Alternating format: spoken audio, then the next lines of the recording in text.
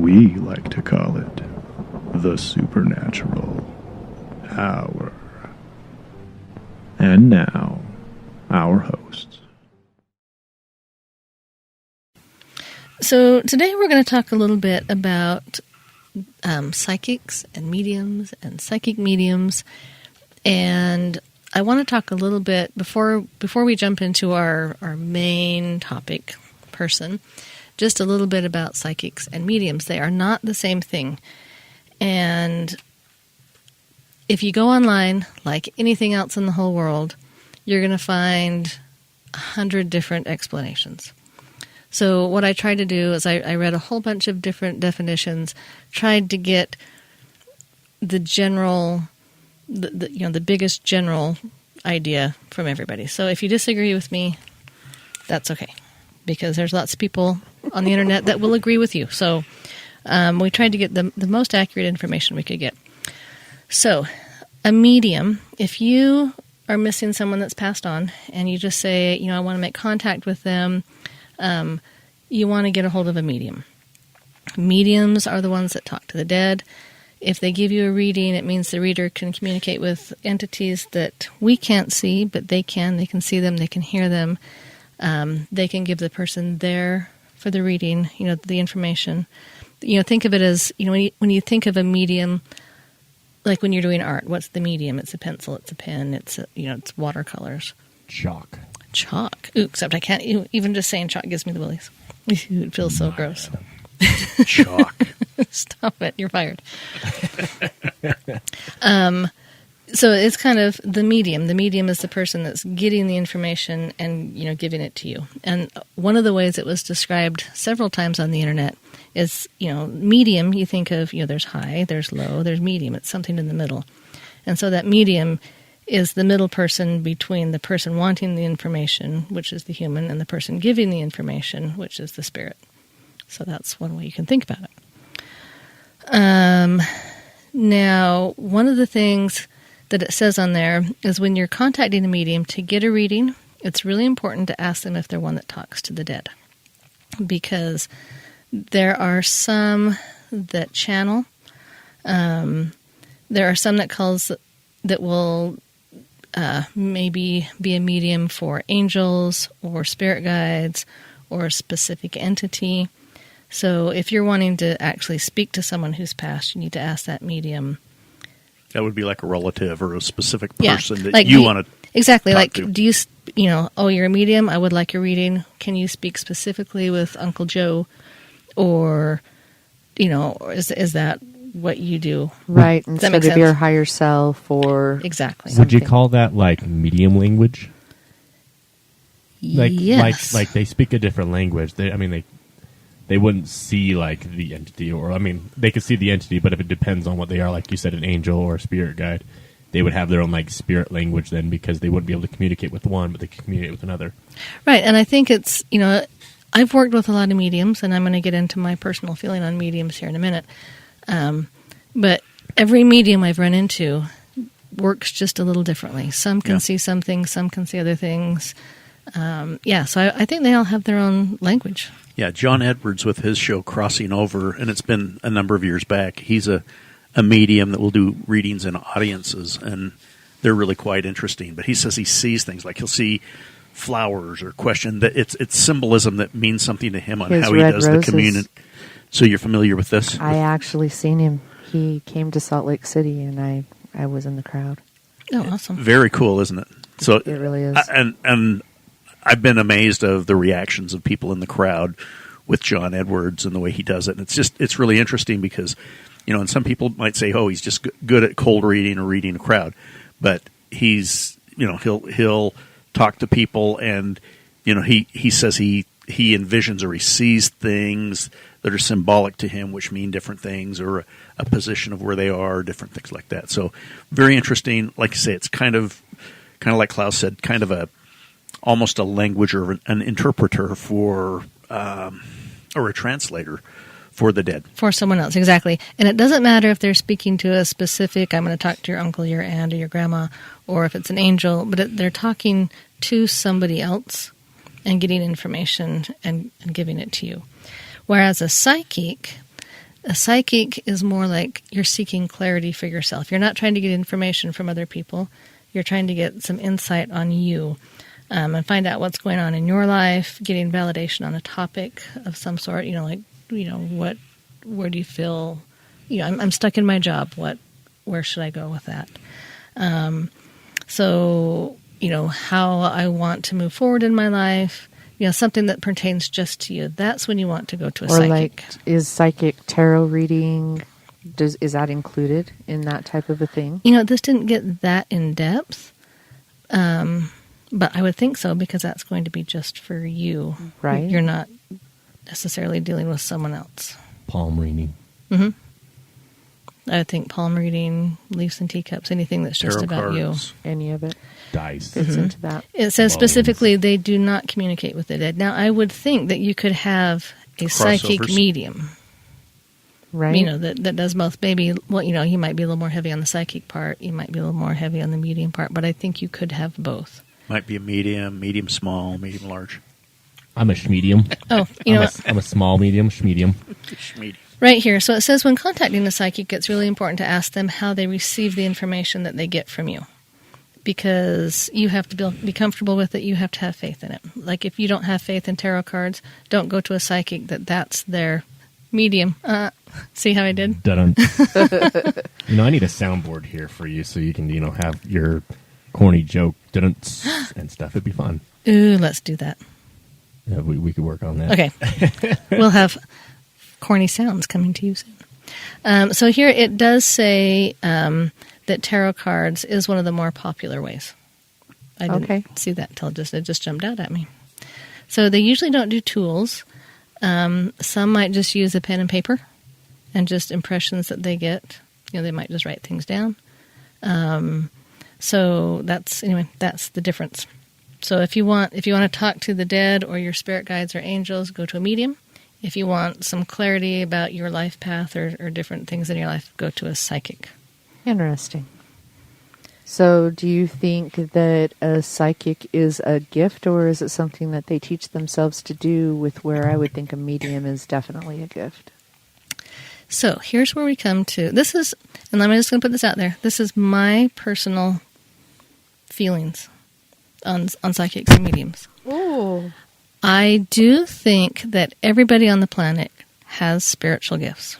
Whether or not you tap into those, whether or not you even figure out what they are or care, I think everybody has one.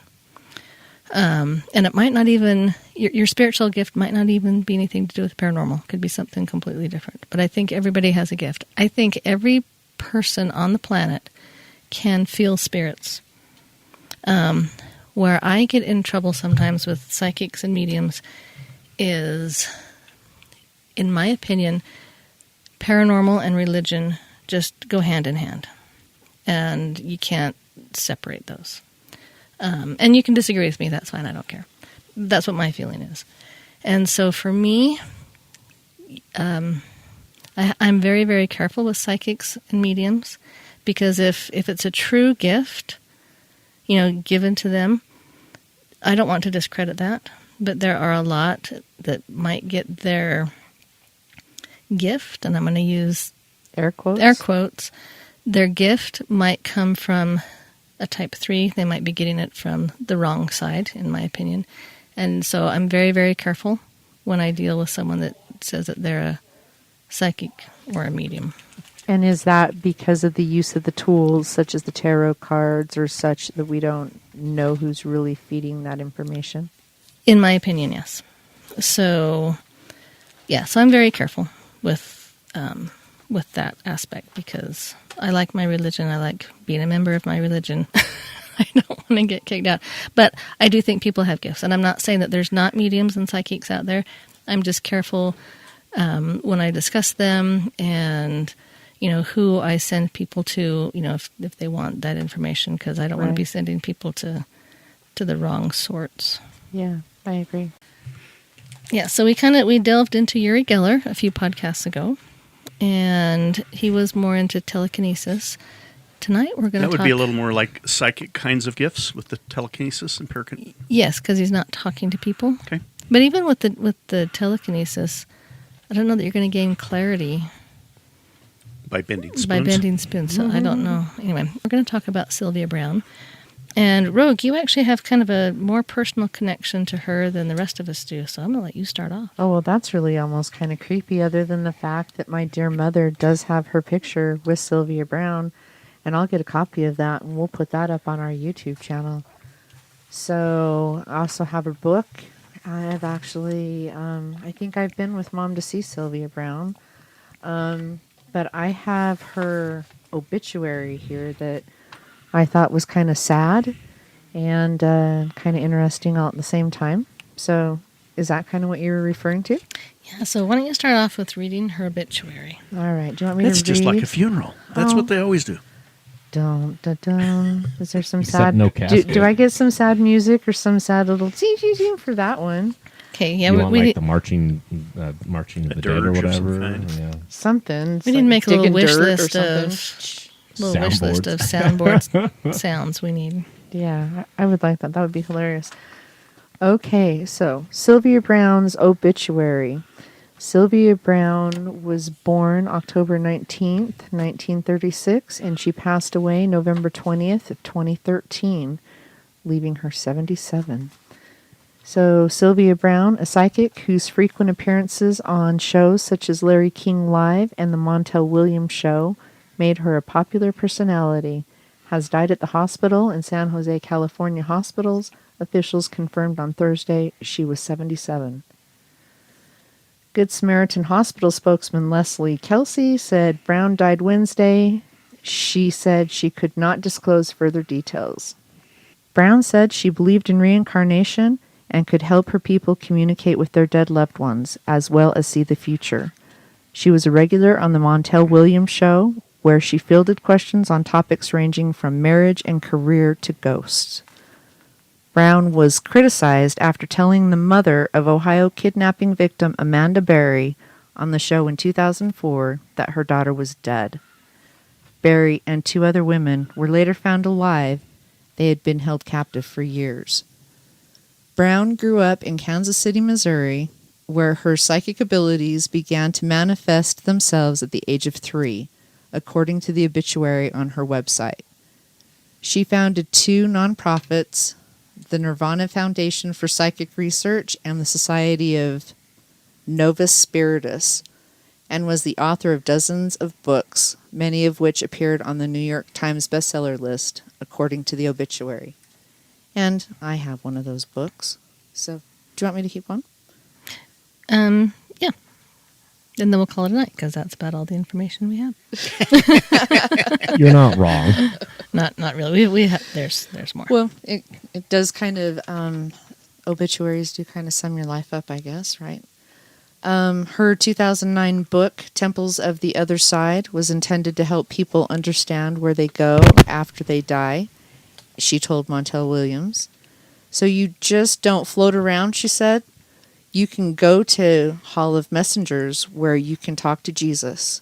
You can go to the Hall of Reconnection, where you can connect with someone you love. In a statement included in the obituary on Browne's website, Williams called her a friend. A beacon that shined for so many was extinguished today, but its brightness was relit and will now shine forever for many of us from above, he said. And I hope he said it much better than I did. Browne is survived by her husband and 2 sons. And we have to step that in there because in the research we found that one of her sons is taking Mom's lead, and he is following her in her footsteps perfectly, and he is now a medium psychic guy. So the sad thing, I think, about this obituary is that they call her out as a fraud in the obituary. Oh, right. She couldn't even die in peace. Right. And she passed away, so that happened in 2004, and Excuse she me. passed away in 2013. So 9 years later, they couldn't even leave her alone. Researching her, bless her heart, when we talk about some of these people, we're not trying to say that they are full-on medium, totally believe them every word they say, and we're not trying to say they're a total fraud. We're just trying to give you the information that we find, and you can make your own decision. That being said, there wasn't a whole lot of people that really bought in. I found more negative about her than positive, and obviously people believed in her because she made gobs of money. People definitely, Gobs yeah, of I was money. gonna say definitely people were buying into her, but depending on how accurate she was, she may have not been the greatest services because she got a lot of negative or 1-star reviews, essentially. Or fell out of favor. I mean, at one time was in favor, but time proved some of the predictions not so accurate. Right. At Yeah. one time on the Montel Williams show, she was giving us. She had been given a psychic success rate of 87 to 90%, and then it wasn't just a few years later. There was a magazine that gave her success rate of 0. Oh, wow. About that, there was on my research end, she was a psychic detective case worker, I guess, and she had 35 cases. Of those 35 cases, 21 of them were too vague predictions to be accurately, like, say, Validated. Validated. And 14 of those cases, she was of no use. And that was just as she was a psychic detective. And then a study later in her life of 115 cases, in 25 of those cases where they were known outcomes, she didn't get any one of those right. And then of the rest, they were unknown predictive, but there was no real way to validate or to have substance of her predictions. So, yeah, 0%. Right. So as I was kind of reading and compiling all this, data and research, as I was, perusing through the internet, I almost get the impression that I do think she has some gifts. And I think she hit a few things spot on for some people.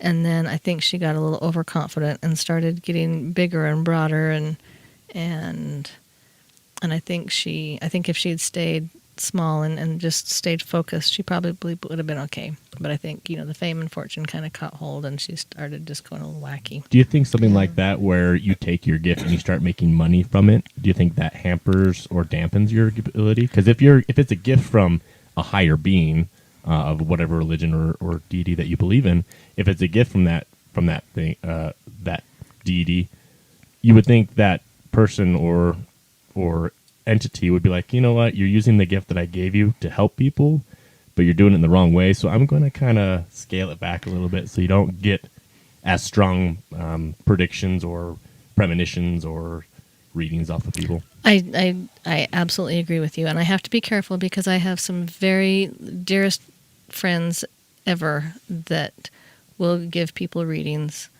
for money, but they don't charge them exorbitant amounts, and they... Now, Larry King asked her an interesting question on that, because he said, hey, if I had these psychic abilities and these things, he said, I'd be down at the racetrack making money. And she said, you can't do that because you can't use that gift to benefit yourself. Right. Because it doesn't work out. She says, for example, I can't, she'd had several failed marriages. And she goes, I couldn't psychically predict for my own future the outcomes of these marriages. And I thought that was very interesting. And I think, just as Klaus was kind of talking about there, maybe if you're taking that and trying to monetize that gift for your betterment, not for the betterment of the other people necessarily, or trying to do both, but doing that, do you maybe lose that spiritual gift? See, and that's what I think. I think if you get too deep into the monetizing your spiritual gift, it's going to be taken from you. It's my personal belief, and I'm going to have a lot of people that don't like hearing that. That's my belief. If you don't believe it, don't believe it. But I personally wouldn't monetize a gift. I mean, making $13 million a year, that seems like you've monetized your gift pretty good. Yeah. Well, and it said in some cases she would actually charge police departments $400 per case, to work on. And I don't know if it was per case Ouch. or per contact, or it just said $400. I was going to say, along with that, she was very well compensated. She charged $750 for a 30-minute reading. At her death, she had a 4-year backup call list of people to do that. Wow. Wow. Yeah, I think I do think she had a gift. I think a bigger gift though was How to scam people. how to sell herself. She knew how to work the market. She's got gobs of books. Yeah, something like, I think I've got it here. That is $1,500 an hour. You think you could Ouch. get by on that, Rogue? I could. You could probably scrape by. Yeah. She had, I think it was something like 35 or 36 Books published. Yeah, and 25 of them were New York Times bestsellers. And there's not, I mean, and writing a book and selling it is not selling your gift, I would think. You can sell a book. But it's part of the monetization. Right. And there's nothing wrong with monetizing things. I mean, we're trying to do that a little bit with our podcasts and things to help defray costs and do things with our patrons, and we appreciate that. And we're not putting that down, but we're just... And I believe there's intent involved, too. What is your intent? Is your intent to help people? Is your intent, just to make yourself a lot of money? Ultimately, and I know I've got some friends that are listening to this that do charge for readings. Ultimately, what is the intent that you're doing? And ultimately, we all have to, in my opinion, address what we have done in our lives with our Maker. That's something between the two of you. I mean, if you're paying $20 for a reading, that's pretty cool. I mean, I could get down with that, but $750 for 20 minutes of your time, holy cow. Yeah. Yeah, I think there's a lot of different factors, and it's it's what you feel good about doing, what people will pay for. So that's a really, I know it sounds like I'm dancing around the subject, and I am. She's literally dancing in studio. Well, but it's about intent. It's about where are you getting this gift from, how you use it. I personally wouldn't charge if I had a gift, but that's me. If you do, I'm not going to judge you because it's not my place. Right. Well, you also think people that do have gifts or readings or are able to do that things, does it actually take a toll on that person's body? Like, do they feel drained afterwards? Because I have a friend who, when they do readings, they feel very drained. It's very cumbersome on that body. I mean, if you're doing that all the time for free, air quotes, you could see why people would be like, you know what, I can't keep doing this and not getting compensated in some sort of way, right? Because if they're doing that, they're not doing something else to make money and make a living. And then they're tired and they're not, they're using their energy that they could be to get, like a normal job that most of us have here. But it gives, at least gives that person some sort of compensation for the use of their energy and their body, right. and that's not necessarily a horrible thing. Right. For me, it comes down to intent. What is the intent? What is your purpose? And then you can take that up with God when that time comes. Definitely. Yeah, I did look it up. It was 57 books that she wrote, and 25 of them were New York Times bestsellers. Wow. She had a very, very big following. I mean, she's a world-renowned psychic, and a medium. None of them post anything on Google. So let's talk a little bit about some of her predictions. As Rogue, as you said in her obituary, she did tell Amanda Berry's mother that Amanda was no longer around. And turned out that not only was she around, she had been kept alive with two other gals in Ariel Castro's home in Ohio, in Cleveland, I believe. And not only was she alive, she had a baby. I watched the Montel show when she did the reading, and she's so blunt. She's like, "Oh, sorry, you'll see her on the other side." She was killed. She was killed in water, and she was very cold-hearted and very matter-of-fact about it when she was talking to her. And she said, "Your daughter's not the kind who wouldn't call." I heard an interesting one about that too, and they talked about that. Some of the people have defended Sylvia Browne a little bit on that said because Sylvia Browne died before her daughter was found, and so their claim was, well, see, she will see her on the other side because she's going to die before her daughter died. But as Rogue, you just said, she said that she had drowned and she had drowned in water, and that the child had died in the show. So I didn't buy that other explanation that, the mother would see her in heaven. Right. Now, did the mother die in water? I don't know. Maybe she got the wrong premonition there. She got the other one wrong. I'm not sure. I think the mom just died of old age or a heart attack or something. Yeah. I actually read the book about that. Nothing for me highlighted it. I don't know. While having a heart attack? I mean, maybe she died with a heart attack. It didn't say the cause was water. It just said she died in water. Well, if anybody hearing this does that Google, shout it out and let us know. She also told the parents of a young man. He was 11. His name was Sean Hornbeck. And she did this on the Montel Williams show, that he was dead, had been kidnapped by a dark-skinned man with dreadlocks. And he was found alive 5 years later, and his accused kidnapper was Caucasian and short-haired. To her credit, this young man's stepfather asked Brown to give them an off-camera reading and offered her $700, and she did deny that.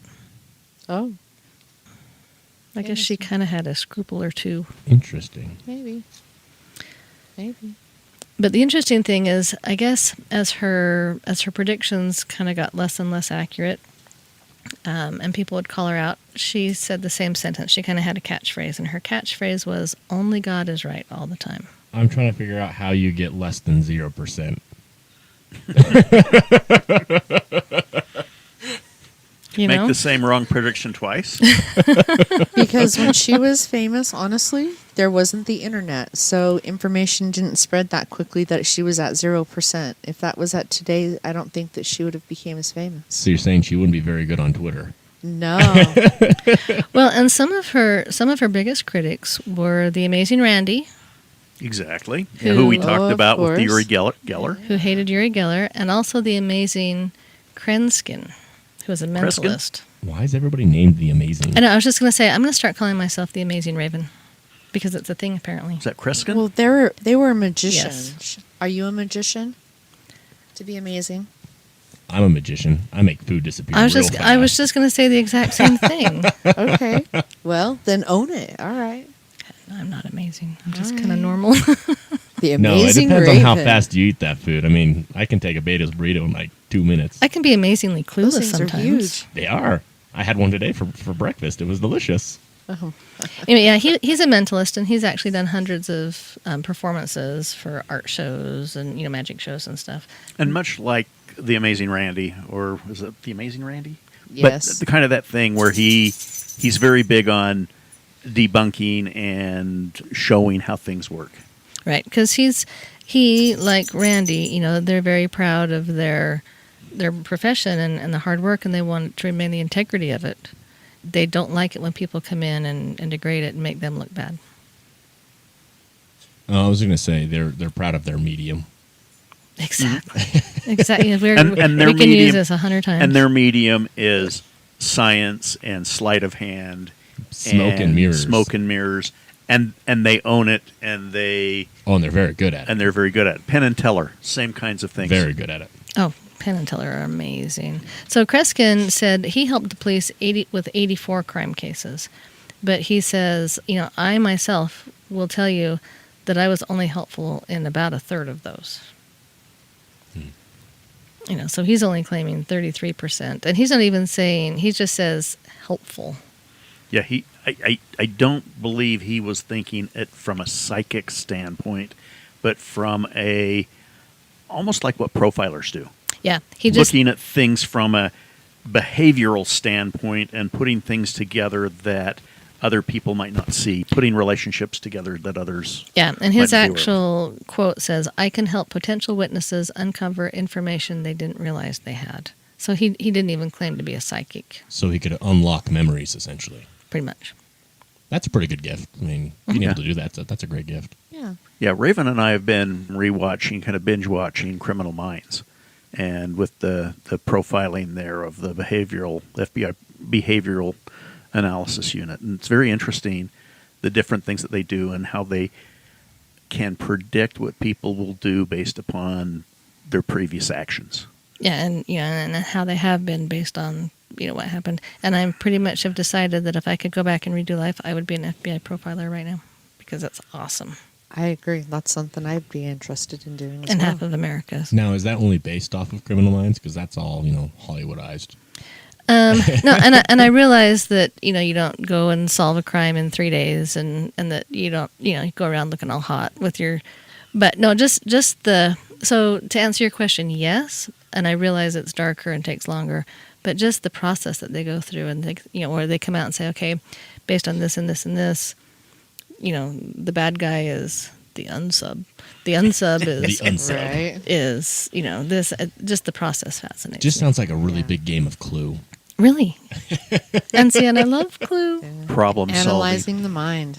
Yeah, Yes. people are interesting. People are scary as heck. And but they're again, interesting. this gets back And to that, rude. how well do you cold read people? How well do you do that? And I think that's part of the analyzing that way, and also people that can cold read people and then move them along to get information from them, from their reactions, from the things that they say and do, and their body movements, and move the person to get more information from them to answer their own questions. Right.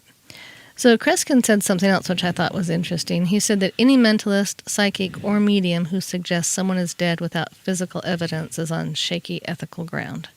And so when you get someone that's just like, you know what, we really have to watch the ethics of this field, I tend to give them a little more credibility. Now, it's interesting that you mentioned psychics, mediums, and mentalists, right? Yes, that's So what there's even a third. that's what he said. And I didn't research mentalist, but I would, just based on what we've talked about at this point, they're probably more like the profiler where they just Yeah. notice people's behaviors and body motions. Yeah.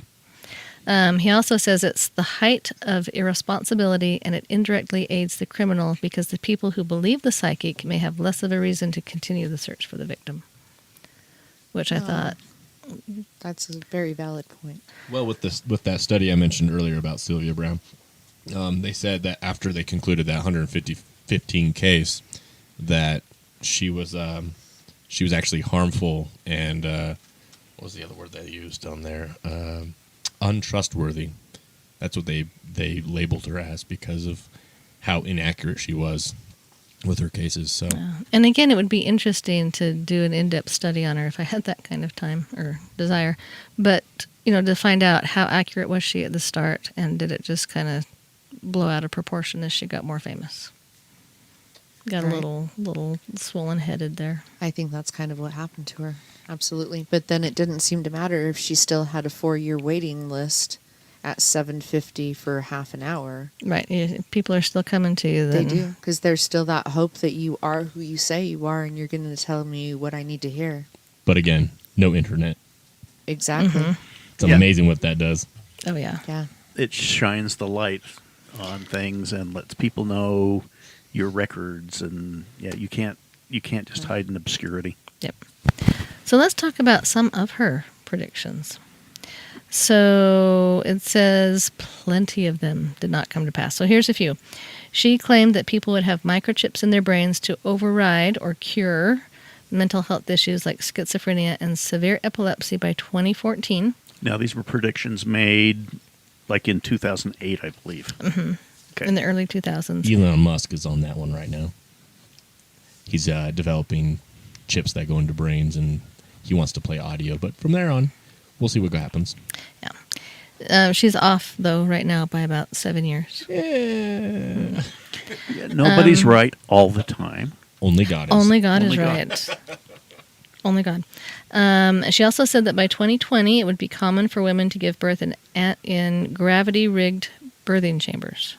Now, there are some things like women will give birth in a pool of water, and that could be kind of anti-gravity, I suppose. Yeah, but But they that's were been they were around doing forever. that. Yeah, but I was going to say, that's been around a lot All I longer see is than one of those 2020. giant gyro balls spinning around to create, anti-gravity while she's trying to give birth. And then It the baby, doesn't like- sound- That doesn't sound kinda good. like, pop. I don't know. The baby could just kind of shoot out if you get it spinning the right way. Great. He also said Catch. that in 2020, blindness would be cured. And She said- deafness. She was And going to cure deafness. deafness, too. was So one of them. And there would be no more retirement plans or IRAs or those kinds of things. did she have any predictions that came true? You know what? You didn't run across Your any? silence Yeah, is this stunning. one. I didn't run That across many. extraterrestrials would be living among us, and we would know about it in Okay. 2020. Well, it was released on. The I don't World, know. what was that? Your magazine, The World News. Oh, yeah.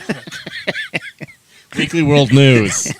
Weekly World News, everybody. Okay, so I guess she's right on that one. So there's one out that in one of her books that she predicted the pandemic, COVID-19, In 2020. in 2020. But more people naysay that than say that. I mean, they just say it's too vague, it's too broad.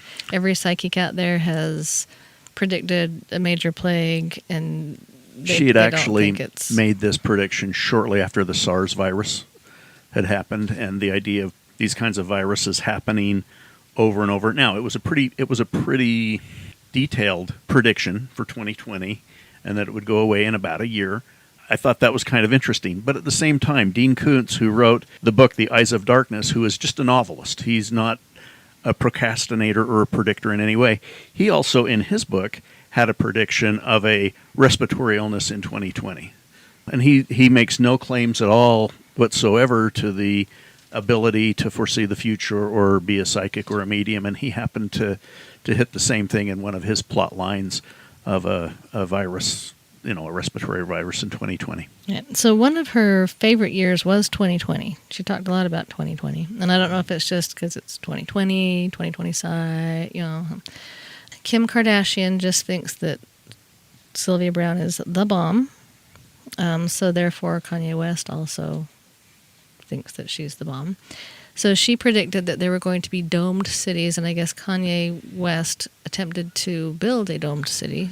Didn't work out so hot, just in case you wondered. So with that, though, the idea of fulfilling someone's prophecy, is that really a prophecy, or are you being, how would you word that? A tool? A tool to fulfill that? Like, it's kind of... It's a chicken-egg question, isn't it? Kind of.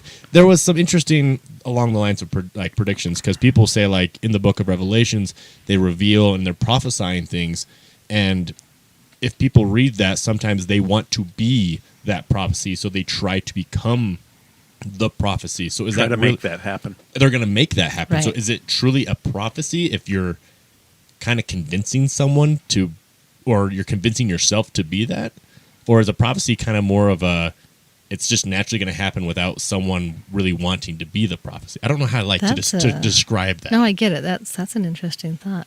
I could see Kanye, and I don't know. If Kanye, if you're listening, I don't know, I'm just speculating, but reading that prophecy and then saying, I've got a lot of money, I could maybe make this happen. Yeah, but then that's the thing. Like it's Yeah. I can make this happen, right? Yeah, but did Sylvia see that, or did he decide to do it based off what she read? This is like one of those time travel things I know, where it's weird. And gets then the big weird. picture is, did she see them getting divorced in 2020? Because didn't they break up in 2020? Or did they wait to 2021? I'm really not. It was really close. I'm really Okay. not up on my Kardashian West stuff. So, but the reason they were going to have these dome cities is because apparently by 2020 we were all going to be driving hover vehicles, so we would need the domes so that they could open up and our hover vehicle could come out of the domes. That's kind of Jetson like. I was going more Back to the Future. With our Hover flux vehicle. Hover capacitor. vehicles, they were a little short on that. I'm still waiting for my flying DeLorean. Okay, I have to tell you, went to high school with this kid. Super cool kid. Very creative, very unique personality. And he came to school one day, and his locker was near mine. And I'm getting in my locker, and in high school I was super shy. And he goes, "Do you like my hair?" I'm like, "Yeah." And he says, "I woke up, and it was like this, and I sprayed it." But this same kid also, it was in the 80s, so we all used a lot of hairspray. He also tried to build a flux capacitor in his bedroom and caught his bedroom on fire. Oops. So there you go. No, I use the word flux capacitor at work to really confuse people. They're like, "What's broken?" "Oh, the flux capacitor," and they look at me weird. I'm like, "You didn't get the okay." You've got some movies you need to watch, buddy. Okay, so what else did she do? In the 1980s, she and her husband were investigated by the FBI for investment fraud and grand theft. Yeah, I have zero shockers there. So, And convicted. yes. Really? Yeah, she served 200 hours of community service. Ooh, Woo-hoo. that is tough. Wow. Hey, that's more than some people's work weeks, all right? Very true. So the dome cities, just going to touch back on those for a second. Apparently the U.S. would be the first country to really run with this idea, and then the whole world would spread, but the Far East would be the last to participate. Well, Okay. yeah, exactly. I just don't. That Even doesn't before have Africa? nothing. Yep. Yep. And the air would be purified, and it would be controlled for maximum health. And they would be in such high demand, these dome cities, that eventually only rich people could live in them. and the wealthy would take over and the poor would be excluded. I would think at the start only the rich could live in them. That's what I would think, too. That's what I would think.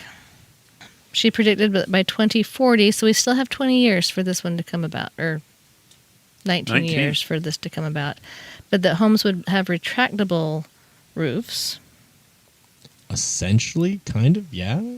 I mean, we have the technology for it. I don't know why anybody would want a convertible house. Honey, it's a great day. Hold sec. Let me get the roof off. Right? If I was rich enough, though, and I could do it, I'd do it. Now, would you do it to like a certain room? Would you have would. you have like a sunroom? You're like, Yeah. it's a good sunny day. I'm It's going to a nice retract my day. sun. Yeah. It's totally doable. I mean really, why the not? technology's there. Don't they call those patios? Let me Just move saying. my awning. I mean, hell, if that's the case, it's on every RV. I know. Yeah. So, yeah. And then as far as the fixing the eyes and fixing the ears, the deafness and everything, it was going to be a tiny digital device that could be placed in the frontal lobes of the brain that would create or reactivate normal, healthy communication between the brain and the eyes. Now, I want to know if there's any neurologists out there. Would a microchip on the frontal lobe actually help that in any way, shape, or form? Please comment below. Let us know. Of course, Doc's not here today to ask that, right? Doc, right. we have a medical question for you. Right? So my hairdresser, her daughter wears a hearing aid, but it's external, and it's just a little band that goes. I mean, there are things, but Yeah, they've got like the cochlear implants that deaf people use. There are mechanical, electronic, brain interface kinds of things. And I could see in the future some of this stuff happening. We're not there yet, but We're getting close. I know I've seen a lot of scientific or science blogs where they're talking about like sight and stuff, and they're using cameras and connecting it to the receptacles of the brain and having some success. I wouldn't say, amazing success, but that kind of technology is on its way. Same thing with like hearing and other things like prosthetics. People are getting robotic hands that can. Oh, there's some amazing like prosthetics Luke out there. Skywalker. Like Luke Skywalker, definitely. Or like Darth Vader, where it's a whole body. Yeah. What So, about the $6 million man? people don't know Steve about that Austin? anymore. There We you can go. make him You can't even faster. go dung dung dung dung dung dung dung dung dung dung See, dung. I do that to my students, and they look at me like I grew a third eyeball, and it's like, do you know the $6 million man? They're like, no. And it's like, okay, yeah, I'm We about can 1,000 build years him. old. We can make him faster. We have the technology. I have Antenna TV, and that is still on with the Bionic Woman. You can watch it daily. Okay, you guys got to start stepping up and watching The Bionic Man. The Bionic Man. The $6 million The $6 man. million I always called man. him The Bionic Man. I see. I was like 6 when he was out. All right, so basically, I think I could put out just some broad predictions, and the way that technology is going, I could probably hit 45% of those in 60 years. Now, part of a prediction, though, is you have to get the year right as well. That's what all your predictions are about, is what the year is. And that's why we criticize her so harshly, is because we are in the year 2020, and we're not seeing these predictions come to fruition. Right. So We've I passed think the year 2020. You're right. I'm still living in the past. 2020 was so traumatic that I just think we all have a hard time. Well, Still kind of 2020. 2020 Remember. just It's still rolled with into us. 2021. Right? And just, the horror continues. Yeah, I think that's why. I think one of the things she did to herself was to put dates on. But you have to make a date for a prediction Exactly. for it to be a prediction to see into the future. I mean, So my personal opinion on Sylvia Browne, I do think she had some gifts. I think she blew them out of proportion when she got some fame and fortune going on. And she charged way too much money. All right, anything more we want to say about Sylvia Browne? Even Rest though in peace. Even though I I think think that's good. she's a bit of a got a bit carried away, I do think it was whoever wrote that obituary and called her out in the obituary. I think that was wrong. it didn't necessarily make her a bad person. No. Yeah. And there was one last little quote that I kind of liked. What did I do with that? It said, hang on. You know, without her, we wouldn't have John Edwards and the Long Island psychic or Long Island medium. She really was the Very beginning. different between the two we learned today. Yes. Jean Dixon yes. back in the 60s was a big psychic, also medium. But she's one that, she was the one that told Oprah that she was going to go big. Really? Uh-huh. Well. And also worked with the Kennedys and some other things, as I remember. I didn't do a lot of studying on her; those I just remember. But Jean Dixon back in the 60s and 70s was kind of one of the big starters. But Sylvia Browne also was one of the pioneers for the commercialization of this in such a media savvy way. Yeah. So this last little quote said, and I don't remember even who said this, so I apologize for that. Says, that said, people are complicated, skeptics aren't all evil, and she's not all good. And this was talking specifically about her, but I think we could put, no one in humanity is all good. We all try our hardest, but we all are going to fail at some point or another, and that's part of being human. Well, It is. Family's not being evil either. Right. We all have our, vicious moments. We all have our demons. We all have our dark sides. No, absolutely. Stay spooky, my haunty friends. I love you, Nicholas. Good night. Have a good one. Hey, good night. You've been listening to the Supernatural Hour at AdvancedParanormal.com. The Supernatural Hour is part of the Radio Ronin network found at RadioRonin.com. Copyright 2021 by Advanced Paranormal Services.